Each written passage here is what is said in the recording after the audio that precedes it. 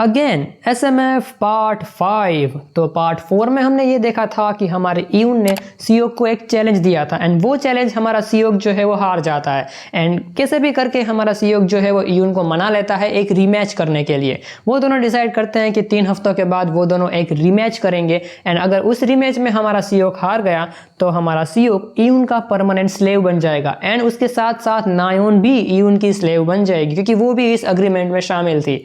आज की वीडियो में हम ये देखने वाले हैं कि इन 3 हफ्तों में हमारे सीओक की ट्रेनिंग कैसे रही एंड वो उस ट्रेनिंग को टेस्ट भी करेगा 2 लड़कियों के ऊपर, या नायोन एंड यूमी के ऊपर। एंड इस वीडियो का थंबनेल देख के तुम्हें पता चल ही चुका होगा कि आज की वीडियो में हम क्या देखने वाले हैं।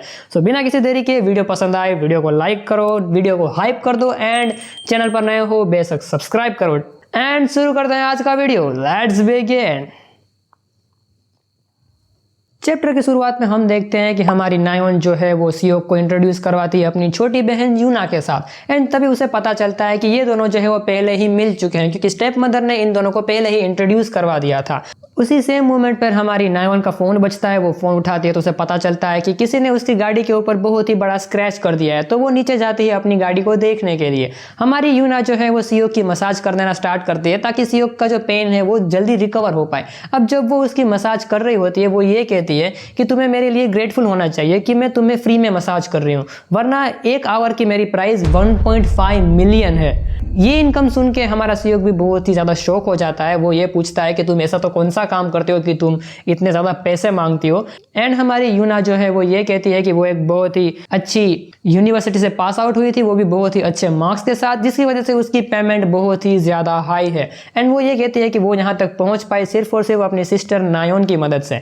हमें थोड़ा सा पास्ट दिखाया जाता है। हमें ये पता चलता है कि जब हमारी यूना मिडिल स्कूल में थी तब उन दोनों के पेरेंट्स की डेथ हो चुकी थी। तो हमारी यूना ये सोचती है कि वो अपने स्कूल के साथ साथ एक पार्ट टाइम जॉब भी करेगी ताकि वो घर के लिए कुछ पैसे इकट्ठा कर पाए। उसी वक्त हमारी नायोन जो है वो कॉलेज से ऑलमोस्ट पास आउट होने वाली होती है एंड वो घर पे आके यूना को ये कहती है कि उसे एक बहुत ही अच्छी जॉब मिल चुकी है और उसमें उसको बहुत ही तगड़े पैसे मिलने वाले हैं।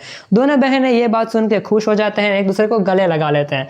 और यहाँ पर तुम एक बात को नोटिस करो तो नायोन के बालों का कलर जो है वो ब्लैक कलर का है एंड सीओक जो है वो अपनी फेवरेट एक्ट्रेस की जो वीडियोस देखता था उस एक्ट्रेस के बालों का कलर भी ब्लैक कलर का था एंड हमें पता है कि ये एक्ट्रेस और नायोन दोनों सेम पर्सन है। तो हमें नायोन का रीजन तो पता चल चुका है कि उसने ये सारी वीडियोस क्यों बनाई, बेसिकली अपनी बहन के लिए, ताकि वो बहुत ही अच्छे पैसे कमा पाए एंड अपनी बहन को एक अच्छी यूनिवर्सिटी में एडमिशन दिला सके। सीन थोड़ा सा शिफ्ट होता है। हम देखते हैं कि हमारी यूना जो है वो सीओक के साथ एक रेस्टोरेंट में आई है कुछ खाना वगैरह खाने के लिए, जहां पर उसे पता चलता है कि सीओक ने आज तक किसी भी लड़की को डेट नहीं किया है एंड ये बात सुन के हमारा सीओक जो है वो थोड़ा सा शर्मिंदा हो जाता है। लेकिन हमारी यूना ये कहती है कि क्या हो कि मैं तुम्हारी गर्लफ्रेंड बन जाऊँ। ये बात सुन के सीओक ने तो बहुत सब कुछ सोच लिया है, वो तो शादी तक पहुंच चुका है और वो ये भी सोच रहा है कि ये दोनों बहनें उसके साथ मिलकर 3+ करेगी। उसी सेम मोमेंट पे यूना कहती है कि नहीं, मैं मजाक कर रही हूँ। सीओक के सपने तो चकनाचूर हो चुके हैं, लेकिन हमारी यूना जो है वो सीओक से ये कहती है कि अगर तुम किसी लड़के के साथ रिलेशनशिप में आना चाहते हो तो तुम्हें कभी भी जल्दबाजी नहीं करनी चाहिए, वरना लड़की तुम्हारी जिंदगी से दूर चली जाएगी। अब ये बात कितनी सच है या फिर कितनी गलत वो मुझे नहीं पता क्योंकि मैंने भी आज तक किसी लड़के को डेट नहीं किया।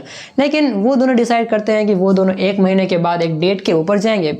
सीन थोड़ा सा शिफ्ट होता है जहां पर हम देखते हैं कि 3 हफ्ते जो है वो गुजर चुके हैं एंड हमारे सीओक की बॉडी जो है वो ऑलरेडी ग्रो होना स्टार्ट हो चुकी है, वो पहले से ज्यादा मस्कुलर लग रहा है। ऊपर से हमारी नायोन जो है वो सीओक से ये कहती है कि अगले दिन तुम्हें बहुत ही अच्छी तरीके से रेस्ट लेना चाहिए ताकि तुम्हारी बॉडी को बहुत ही ज्यादा पेन ना हो। सीन थोड़ा सा शिफ्ट होता है जहां पर हम देखते हैं कि सीओक जो है वो अपने घर पर पहुंच चुका है एंड वहां पर वो यूमी को मैसेज करता है कि उसे यूमी से बहुत ही ज्यादा इंपॉर्टेंट काम है। सीन एक और बार शिफ्ट होता है। हम देखते हैं कि एक होटल का सीन जहां पर हमारा सीओक जो है वो शावर लेके बाहर आया है। वो ये सोचता है कि उसने ये 3 हफ्तों की जो ट्रेनिंग करी है वो उसको टेस्ट करना चाहता है एंड उसका सबसे प्यारा टेस्ट सब्जेक्ट या फिर मैं कहूँ तो सबसे प्यारा एनिमी यूमी ही होने वाली है, क्योंकि सीओक कितनी भी चाहे कोशिश कर ले वो यूमी को सेटिस्फाई नहीं कर सकता। एंड उसी सेम मोमेंट पर यूमी जो है वो अपने शावर लेके बाहर आती है बाथरूम से and damn she is hot भाई, this panel looks beautiful. And हमारी यूमी जो है वो भी सीओक को देखते थोड़ी सी खुश हो जाती है एंड तुम्हें पता है अब यहाँ पे क्या होने वाला है। हमारा सीओक जो है वो बिना कोई देरी किए उसने जो ट्रेनिंग करी है उसको टेस्ट करने के लिए यूमी के साथ तो पहुंच चुका है। अब ये दोनों जो है वो अपना बहुत ही ज्यादा काम करते हैं। ये दोनों इतना ज्यादा काम करते हैं कि ये दोनों 3 राउंड्स एक कंटिन्यूसली कंप्लीट कर देते हैं।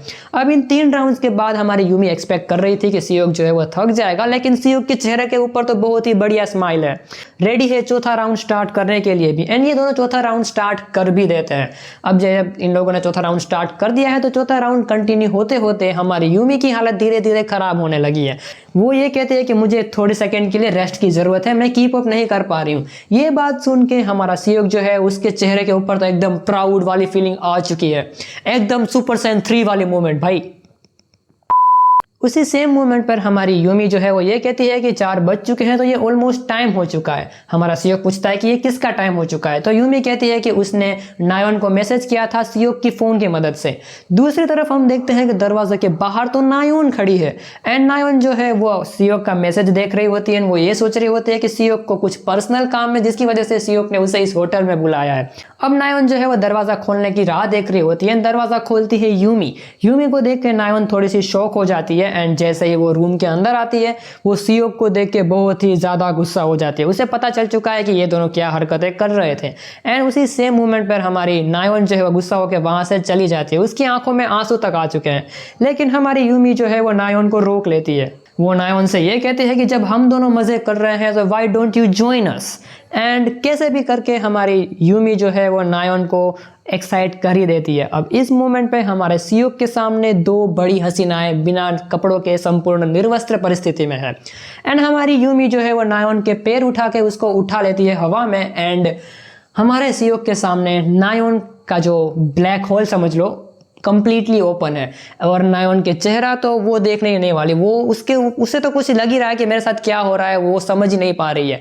एंड अब हमारा सियोक जो है वो नायोन के साथ क्या करेगा मुझे नहीं पता, लेकिन मुझे इतना पता है कि इन तीनों का 3+ शुरू हो चुका है।